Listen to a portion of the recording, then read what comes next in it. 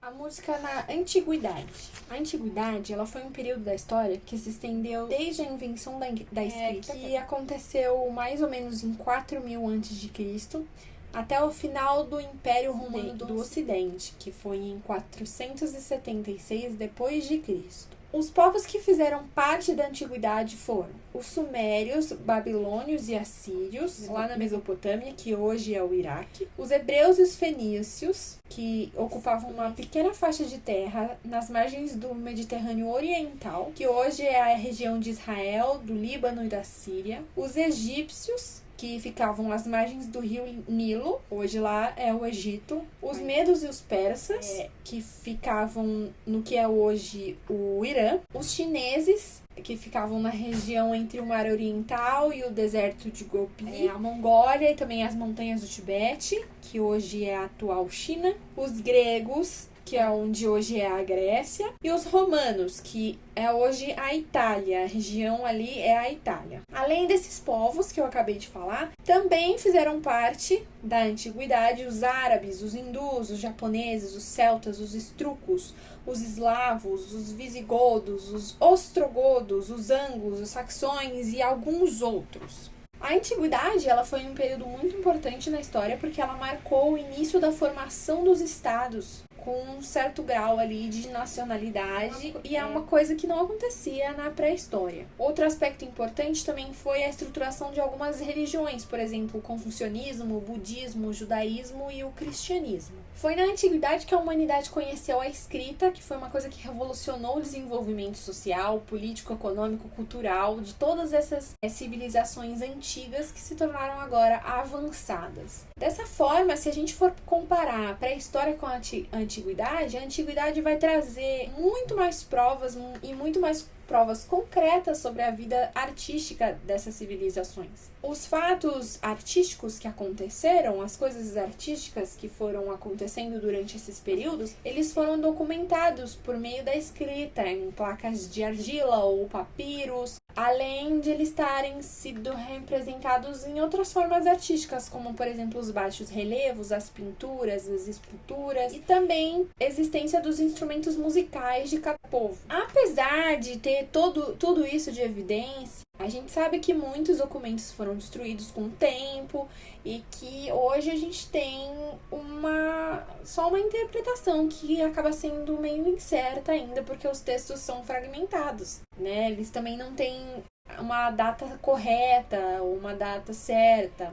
Os instrumentos musicais também são incompletos e às vezes é impossível a gente reconstruir eles ou até mesmo classificar.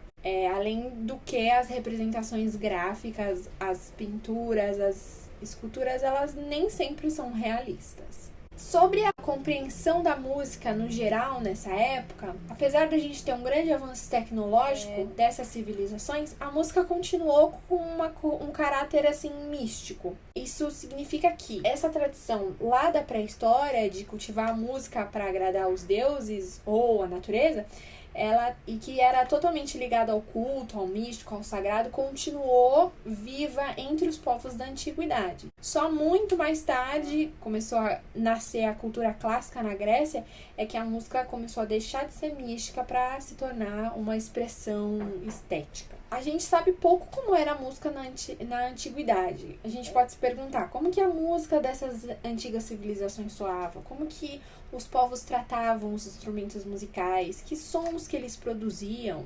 Existia mesmo a teoria musical? Essas várias questões, elas não têm respostas. E o que os pesquisadores conseguem realmente responder está relacionado a descobertas que foram feitas junto com hipóteses de como essa música poderia ser. Mas uma coisa é certa, a música era algo muito, muito importante na visão de todas essas civilizações da antiguidade. Para a gente entender um pouco melhor a trajetória da história da antiguidade, a gente vai separar o nosso estudo em povos, tá bom? Então vamos começar com os povos da Mesopotâmia.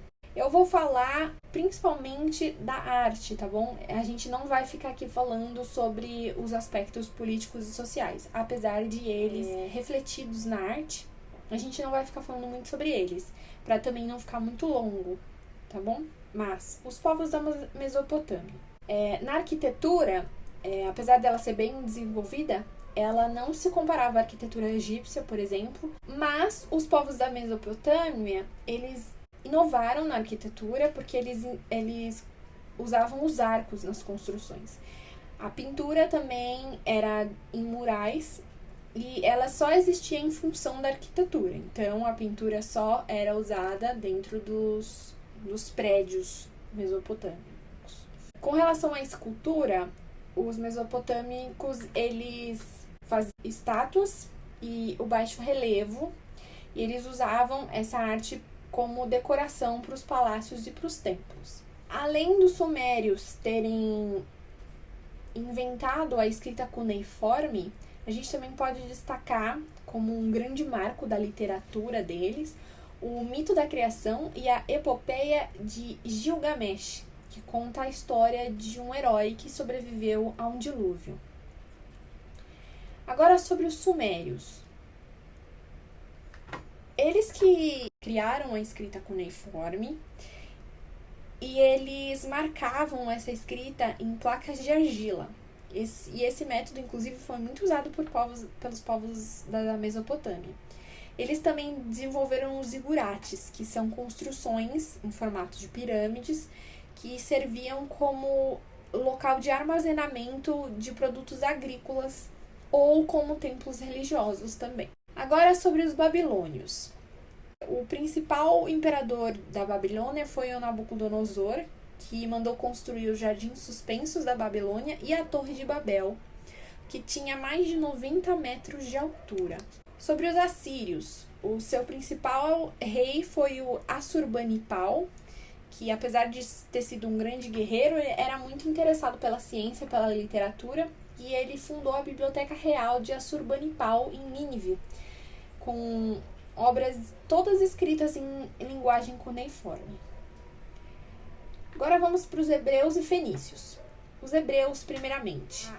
O povo hebreu deixou um legado tanto ético quanto cultural para uma grande parte da humanidade. Davi, que era o sucessor de Saul, o rei de Israel, ele foi um músico da corte que venceu um gigante filisteu chamado Golias e alguns anos depois ele compôs os Salmos, que é um livro de cânticos. Os fenícios. A Fenícia era um país que era constituído por várias cidades-estados e que compartilhavam todos a mesma cultura, mas eles não tinham vínculos políticos nem econômicos. Os bíblos, que são o povo mais antigo da Fenícia, foi o responsável pela divulgação do papiro como um material para escrita. Eles não foram grandes artistas, eles imitaram a arte dos caldeus e dos egípcios. A literatura deles era pobre, mas os fenícios eles deixaram um grande legado que foi o alfabeto. Para facilitar o contato deles e a contabilidade também na área comercial, que era uma coisa que eles faziam muito bem, eles inventaram um alfabeto com 22 sinais que representava as consoantes. Esse alfabeto, inclusive, serviu de base para o alfabeto grego, latino e russo. Agora, os egípcios. No período do Antigo Império, Quéops, Quéfren e Miquerinos foram os responsáveis pela construção daquelas grandes pirâmides que a gente conhece como o símbolo do Egito, né? Inclusive, a arquitetura foi a arte que mais se desenvolveu no Egito. Uma prova disso são as pirâmides, os templos, os palácios. A escultura tem estátuas incríveis, uma delas, inclusive, é o Escriba Sentado, que está no Museu do Louvre hoje, e a famosíssima Esfinge, que foi esculpida numa rocha perto das pirâmides.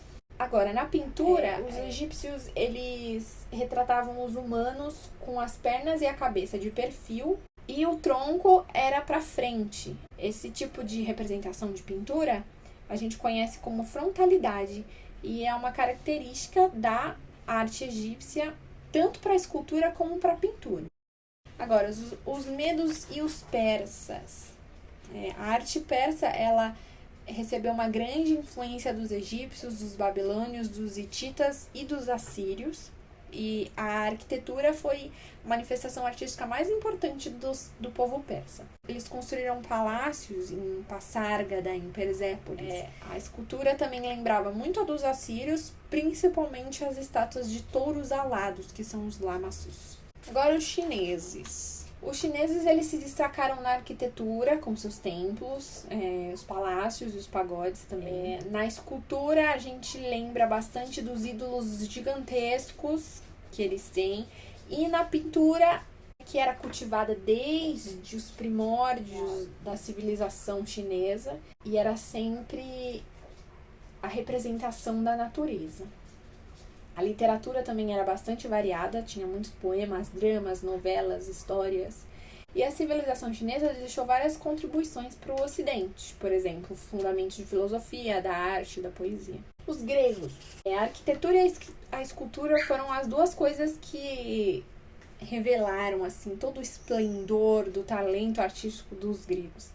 Com relação à arquitetura, eles tinham as colunas jônicas, dóricas e coríntias, que tiveram muita influência nas construções ocidentais. E na escultura, as estátuas eram sempre humanas, com exaltação do corpo humano na plenitude física. Então, magros, musculosos, bem jovens também. Os romanos. Na literatura, os escritores romanos eles se preocupavam com a beleza e a elegância do estilo, mais do que com a originalidade, assim. Na arquitetura, eles ficaram famosos pela construção das pontes e das estradas, e na escultura, eles se destacaram na elaboração dos bustos e das estátuas equestres.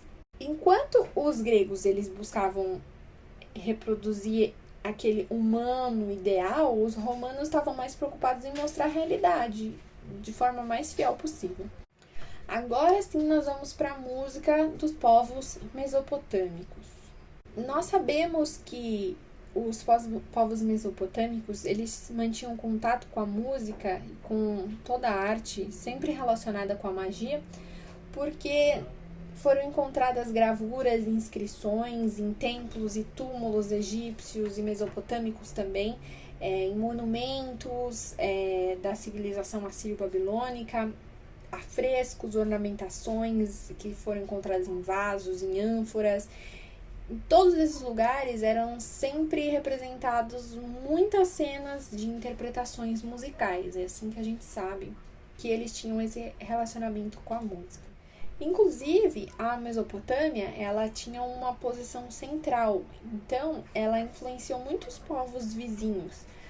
Por isso que a música dos mesopotâmicos e os seus instrumentos musicais também vão ser encontrados em outras civilizações, mesmo que modificados. Os mesopotâmicos também já faziam distinção entre os instrumentos de sopro, de cordas e de percussão. Agora, os sumérios, eles foram os primeiros habitantes da Mesopotâmia. Eles tinham uma música de estilo religioso, que estava sempre em todas as cerimônias solenes ou familiares que eles realizavam. Apesar de os sumérios eles não terem uma notação musical, foi atribuída a eles a relação muito forte entre a teoria dos números e a teoria musical. Agora sobre os babilônios. Os babilônios eles compunham músicas que davam animação para as tropas durante as batalhas. Eles também compunham em um outro estilo músicas que poderiam alegrar os banquetes e as festas nos tempos de paz, especialmente nas épocas de Senaquerib e de Nabucodonosor.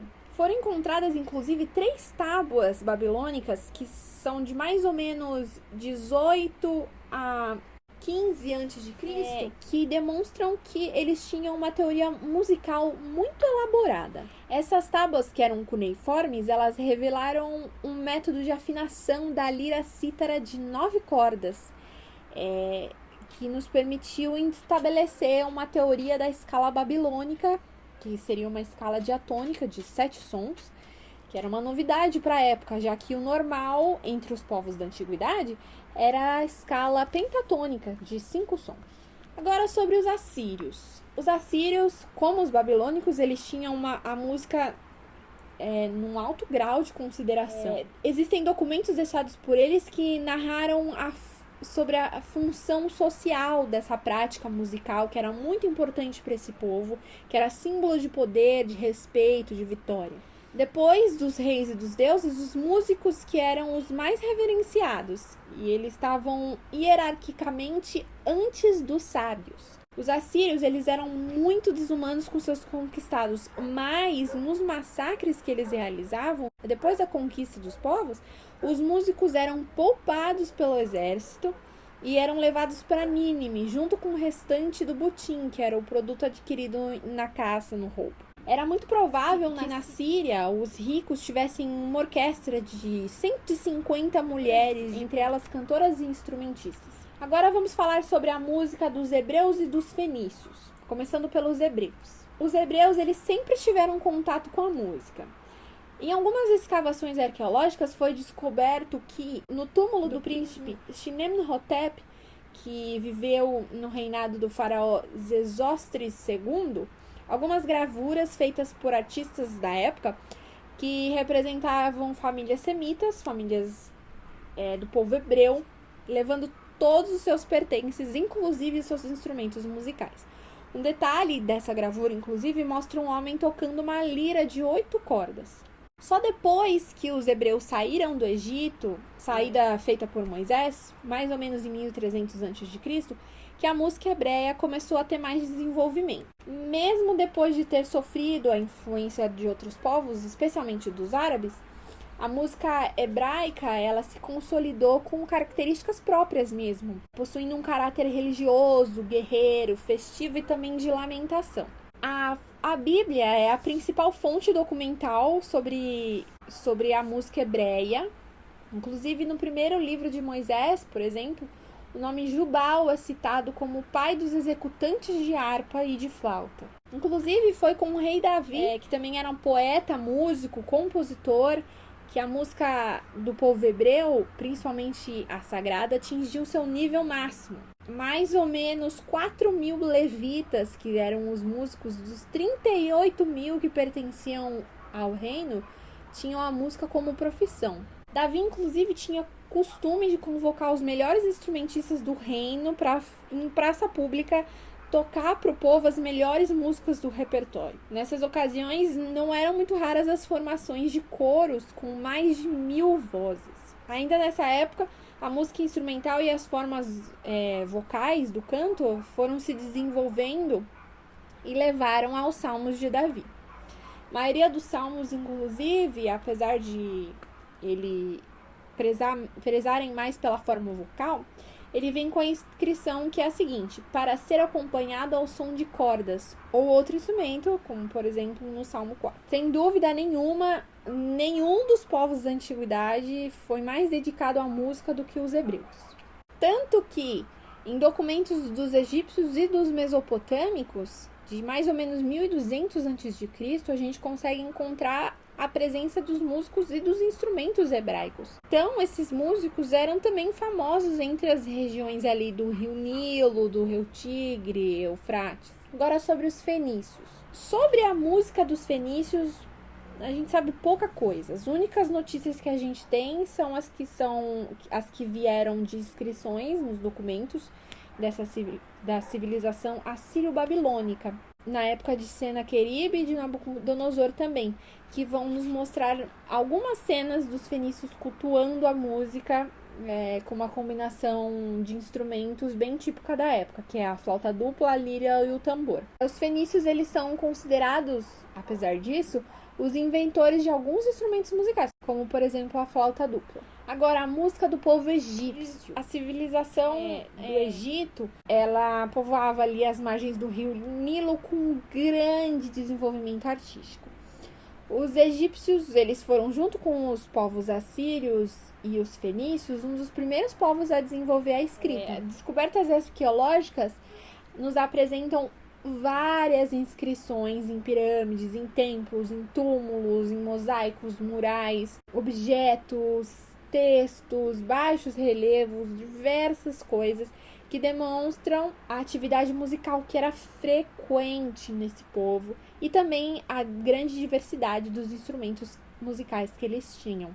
É importante a gente lembrar também que a música egípcia, assim como todo o restante da arte egípcia, ela era muito ligada à religião, mas os egípcios tinham um estilo de música para cada ocasião.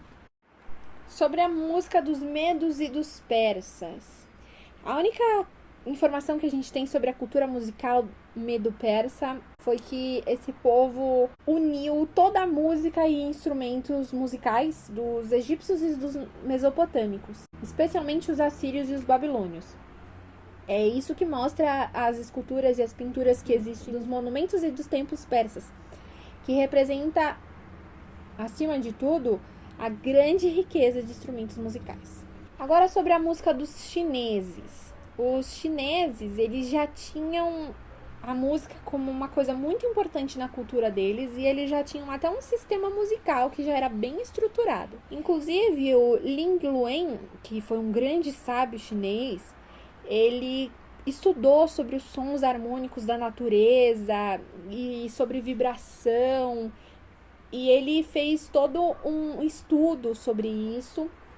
Com a ajuda de fórmulas matemáticas, ele conseguiu chegar numa série de sons baseado nas 12 luas, nos 12 meses do ano, 12 horas do dia chinês. Um estudo super interessante. A notação musical chinesa, inclusive, ela era muito variada, mas a mais frequente, a que mais aparecia e que fazia parte da vida dos chineses, era feita com as próprias letras do alfabeto chinês. Na China também a gente teve o filósofo chinês Confúcio, que considerou a música como um meio para preparar a mente para a filosofia e para a elevação espiritual. Então ele tinha a música como uma função educativa e moral. Inclusive Confúcio ocupava a maior parte do tempo dele com a música. Ele colecionava melodias antigas, ele compunha outras novas e ele também tocava vários instrumentos. Agora a música na Grécia Antiga. A Grécia é o berço da cultura ocidental e apesar dela ter sido muito influenciada pelas culturas do Egito e do Oriente, ela tinha um grande desenvolvimento e um adiantamento também das artes no geral, se fosse comparado com outros povos da antiguidade. A gente pode achar referências sobre a música grega em vários tratados teóricos e filosóficos, também em monumentos, em relíquias, em pinturas de ânforas, na mitologia, em melodias gregas também, que estavam gravadas em mármore e chegaram até o nosso tempo, como por exemplo o fragmento do coro para a obra Oréstia, de Eurípides. A origem de alguns dos instrumentos gregos está conectada à mitologia. Enfim, a mitologia também envolvia a música. Inclusive, a palavra música é de origem grega e significa arte das musas. A música também se fazia presente em jogos e situações, nos Jogos Olímpicos gregos, por exemplo, nos Jogos Píticos, nos banquetes, na educação grega também. Existiu também o teatro grego, que deu origem depois à ópera. E a gente também tem que pontuar aqui que a teoria da música grega estava muito ligada à matemática, à astronomia e ao misticismo também. Inclusive, Pitágoras é um grande filósofo que estudou a acústica musical, fez um cálculo numérico entre os intervalos e foi ele que criou a escala pitagórica, que transformou a escala de 5 sons para a escala de 7 sons, que é uma escala que a gente utiliza até hoje. Quanto à notação musical, os gregos tinham um sistema bem complexo de notação e, assim como outros povos da antiguidade também, eles usavam as letras do alfabeto para representar as notas musicais. E o ritmo também estava sempre relacionado com a poesia. Vamos agora para a música dos romanos. Dentre todas essas civilizações da antiguidade, a civilização romana foi a que se formou mais recentemente, é a mais novinha. Apesar deles terem um grande território e também um grande poder político, eles não tiveram um grande destaque nas artes, não. Principalmente na música, porque eles estavam sempre mais preocupados com as guerras e com as conquistas de territórios novos. A grande mudança aconteceu, o florescimento aí da música e da arte em Roma, foi no ano 146 a.C., quando a Grécia foi tomada por Roma. Porém, não aconteceu o que a gente poderia imaginar, que é o seguinte: os gregos começaram a usar a arte romana. Não, foi o contrário. Os romanos pegaram para eles as características da arte grega. E aí foi a partir desse momento que toda a música, poesia, teatro, escultura, pintura, estilo arquitetônico que existia em Roma começou a ter influência grega. Mas é importante lembrar também que os romanos não copiaram a arte grega, eles só tiveram a arte grega como base e eles também não estavam se preocupando muito com a sofisticação para criar a sua própria arte, assim, para chegar a ponto de ser tão maravilhosa quanto a arte grega. Já na música, os romanos não conseguiram manter essa pureza, essa superioridade que existia na arte dos gregos, e eles não souberam aprimorar isso também. Aí o que aconteceu? Os romanos começaram a deixar a música deles uma coisa meio dura, assim. Eles se preocupavam só com músicas que falavam sobre glória militar e a grandeza dos Césares que eles tinham. Então era bem diferente do que a música grega procurava. A gente pode notar então que a cultura e o estudo da música dos povos da antiguidade é muito grande e é muito interessante também. Agora, para a gente terminar mesmo, a gente pode salientar aqui alguns pontos importantes sobre a música da antiguidade. Assim como as outras artes, a música entre esses povos da antiguidade tinha sempre um caráter místico e estava sempre totalmente ligada ao sagrado, com algumas poucas exceções. A música ela vai deixar de ser mística para se tornar uma arte de expressão estética só na cultura grega. A música também estava presente em todos os acontecimentos da vida social desses povos da antiguidade, em festividades, em guerras, em cultos sagrados, no trabalho. Pelo fato de acontecerem muitas conquistas entre os povos, aconteceu um grande intercâmbio entre essas culturas musicais. Por isso que esses povos têm instrumentos musicais, por exemplo, muito iguais em civilizações muito diferentes. A maioria dos povos também, apesar deles conhecerem e dominarem a escrita, eles não tinham uma notação musical. As primeiras notações musicais elas só foram ser feitas por meio de adaptações do alfabeto, principalmente lá na cultura chinesa e na grega também. A teoria musical ela variava entre os povos da antiguidade, mas a escala mais usual era a pentatônica, a escala de 5 sons. Com o avanço dos estudos de música em cada cultura, as escalas começaram a se ampliar e chegavam até 7 sons, que é a escala heptatônica. Por fim, os povos da antiguidade eles não conheciam a polifonia, que é o canto junto com diversos instrumentos tocando várias coisas diferentes, nem a harmonia. Por isso, as composições dessa época elas eram feitas em uníssono, ou seja, todo mundo cantava e tocava a mesma melodia. Quando existia a música vocal, ela podia ser acompanhada ou não de instrumentos musicais, e esses instrumentos musicais que acompanhavam, eles executavam exatamente a mesma linha melódica que era cantada. Quando a música era instrumental, eles também sempre tocavam a mesma melodia. Bom, gente, é isso que a gente tem para falar sobre a música da antiguidade. Eu não falei tudo porque tem muito mais coisa aí pra gente para descobrir sobre a música da antiguidade. É um assunto muito extenso e a partir daqui vai ficar cada vez mais extenso mesmo, porque os estudos foram crescendo, as pessoas começaram a se interessar mais em colocar tudo no papel, então a gente vai conseguir saber cada detalhe do que acontecia nesses períodos, tá? Eu espero que vocês tenham gostado da música na antiguidade, espero que vocês tenham curtido a aula. Um beijão pra vocês e até semana que vem.